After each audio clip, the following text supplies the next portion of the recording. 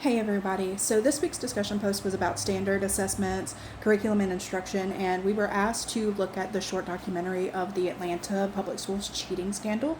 And we were asked the question on how us learning about the philosophies of education can have a better understanding on the causes and the effects of this cheating scandal and how it affects overall, education as a whole.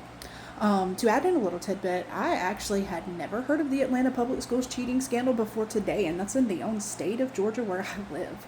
That was insane to actually learn about that.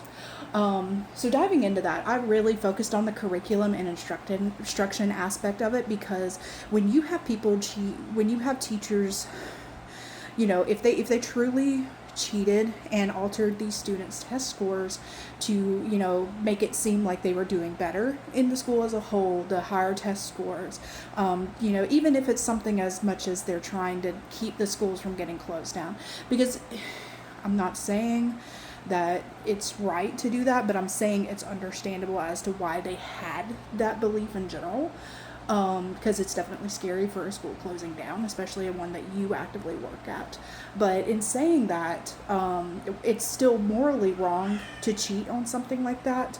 And really, it focuses into short-sighting the kids. I mean, at the end of the day, if you're altering these students' test scores and you're making them seem like they know way more than they do, then at that point, the curriculum is going to be altered. The instruction is going to be altered to this more advanced group of students that really don't exist at the end of the day.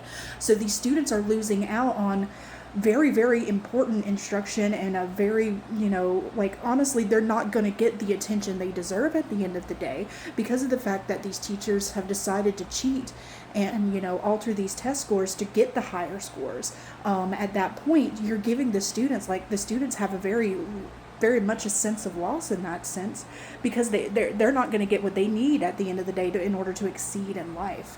That's how I feel about that. And I went into play, the philosophy of education that I realized that I was really, really into was existentialism, which is focusing on the student as a human being. What do they want to be in life? What do they want to be as a person? And I just can't understand how that philosophy of education, or really any other philosophy of education, really think, I can't understand how these teachers who truly did cheat, how they were even following a philosophy of education at that point anyway.